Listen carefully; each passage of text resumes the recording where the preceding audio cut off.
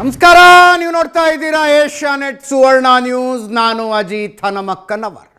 ಈಗ ಈ ವಾರದ ನ್ಯೂಸ್ ಅವರ್ ಸ್ಪೆಷಲ್ನಲ್ಲಿ ರಾಜ್ಯದಲ್ಲಿ ಚರ್ಚೆ ಆಗ್ತಾ ಇರುವ ವಿಷಯಗಳ ಬಗ್ಗೆ ಮಾತನಾಡುವುದಕ್ಕೆ ಒಬ್ಬ ಅತಿಥಿಯನ್ನು ಕರೆಸಿರ್ತೀವಿ. ಆದರೆ ರಾಜ್ಯದ ಒಂದು ವಿಷಯ ಅಂತಾರಾಷ್ಟ್ರೀಯ ಮಟ್ಟದಲ್ಲಿ ಚರ್ಚೆ ಆಗ್ತಾ ಇದೆ. ಅದು ಇವತ್ತಿನ ನ್ಯೂಸ್ ಅವರ್ ಸ್ಪೆಷಲ್. ಧರ್ಮಸ್ಥಳ ಏನೇನಾಗಿದೆ ಅನ್ನುವುದನ್ನು ಮತ್ತೆ ವಿವರಿಸಬೇಕಾಗಿಲ್ಲ. ಒಬ್ಬ ಅನಾಮಿಕ ದೂರುದಾರ ನೂರಾರು ಹೆಣ್ಣು ಮಕ್ಕಳ ಶವಗಳನ್ನು ಹೂತಿದ್ದೇನೆ ಅಂತ ಬಂದು ಈಗ ಅದೇ ಪ್ರಕರಣದಲ್ಲಿ ಆತನೇ ಆರೋಪಿಯಾಗಿದ್ದಾನೆ.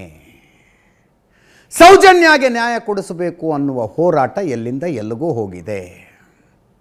ನನ್ನ ಮಗಳೇ ನಾಪತ್ತೆಯಾಗಿದ್ದಾಳೆ ಅಂತ ಬಂದಿದ್ದ ಒಬ್ಬ ವೃದ್ಧೆ ನನಗೆ ಮಗಳೇ ಇರಲಿಲ್ಲ ಅಂತ ಒಪ್ಕೊಳ್ಳೋ ಹಂತಕ್ಕೆ ಬಂದಿದೆ.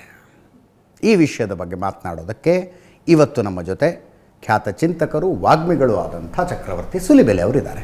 ಕಾರ್ಯಕ್ರಮಕ್ಕೆ ಸ್ವಾಗತ ಸೂಲಿಬೆಲೆ ಅವರೇ. ಅವರನ್ನು ಪ್ರಶ್ನೆ ಮಾಡೋದಕ್ಕೆ ಅನೇಕ ತರುಣಿಯರಿದ್ದೀರಿ. ನಿಮ್ಮೆಲ್ಲರೂ ಕೂಡ ಕಾರ್ಯಕ್ರಮಕ್ಕೆ ಸ್ವಾಗತ. ಮತ್ತೊಮ್ಮೆ ಸ್ವಾಗತ ಸೂಲಿಬೆಲೆ ಅವರೇ ಕಾರ್ಯಕ್ರಮಕ್ಕೆ. ನಮಸ್ಕಾರ. ಆಯ್ತಲ್ಲ, ಈಗ ಮಾಸ್ಕ್ ಮ್ಯಾನೇ ಆರೋಪಿಯಾಗಿ ಎಲ್ಲ ಹೇಳ್ತೀನಿ ನಾನು ಷಡ್ಯಂತ್ರ ಅಂತಿದ್ದಾನೆ. ಆತ ಪೂರ್ತಿ ಕತೆ ಹೇಳ್ತಾನೆ. ಒಂದು ಪ್ರಕರಣದಲ್ಲಿ ಮಹೇಶ್ ಶೆಟ್ಟಿ ತಿಮ್ರೋಡಿ ಅರೆಸ್ಟ್ ಆಗಿ ಹೊರಗೆ ಬಂದಿದ್ದಾಯಿತು. ಬಂಧನದ ನಿರೀಕ್ಷೆಯಲ್ಲಿ ಗಿರೀಶ್ ಮಟ್ಟಣ್ಣವರಿದ್ದಾರೆ. ಸಮೀರು ನಾಳೆ ನಾಡಿದ್ದು ವಿಚಾರಣೆಗೆ ಬರಬಹುದು. ಇನ್ನೊಂದು ಕಡೆ ಸುಜಾತಾ ಭಟ್ ಒಪ್ಕೊಂಡಂಗಾಯಿತು, ಮುಗಿತಲ್ಲ. ಇನ್ನು ನಿಮ್ಮ ಕೆಲಸಕ್ಕೆ ನೀವು ಹೊರಡ್ಬೋದು. ಧರ್ಮಸ್ಥಳ ಸೇಫ್ ಆಯಿತು. ಅಬ್ಸಲ್ಯೂಟ್ಲಿ. ನಾನು ಹಾಗಂತ ಅನ್ಕೊಳ್ಳಕ್ಕೆ ಸ್ವತಃ ಹೋರಾಟಗಾರರು ಬಿಡೋದಿಲ್ಲ.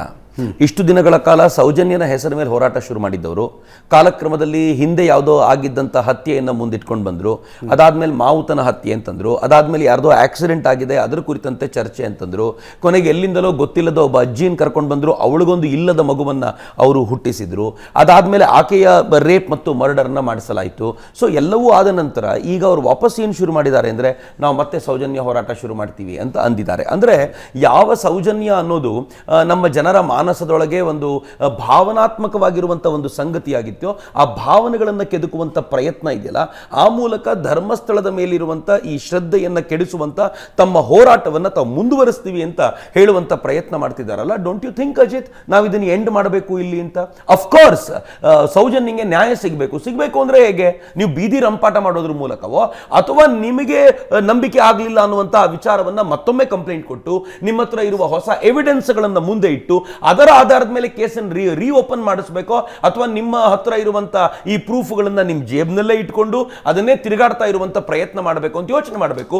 ಇದು ಯಾವಾಗ ಅವ್ರ ಹತ್ರ ಸಾಧ್ಯ ಆಗುತ್ತೆ ಅಂತಂದ್ರೆ, ನಾವೆಲ್ಲರೂ ಕೂಡ ಒಕ್ಕೊರಳಿಂದ ಈ ದನಿಯನ್ನ ಇಟ್ಕೊಂಡ್ರೆ, ಕಾಪಾಡಿಕೊಂಡ್ರೆ ಸಾಧ್ಯವಾಗುತ್ತೆ ಅಂತ ನನಗನ್ಸುತ್ತೆ. ಹೀಗಾಗಿ ನಮ್ಮ ಹೋರಾಟ ಡೆಫಿನೆಟ್ಲಿ ಎಂಡ್ ಆಗಲಿಲ್ಲ. ನನಗೆ ಇದರ ಷಡ್ಯಂತ್ರ ಏನು, ಇದರ ಹಿಂದೆ ಯಾರಿದ್ರು ಅಂತ ಪರಿಪೂರ್ಣವಾಗಿ ತಿಳಿದುಕೊಳ್ಳುವವರೆಗೂ ಐ ಡೋಂಟ್ ಥಿಂಕ್ ಇದು ಎಂಡ್ ಅಂತ ನಾನು ಭಾವಿಸಬಹುದು ಅಂತ.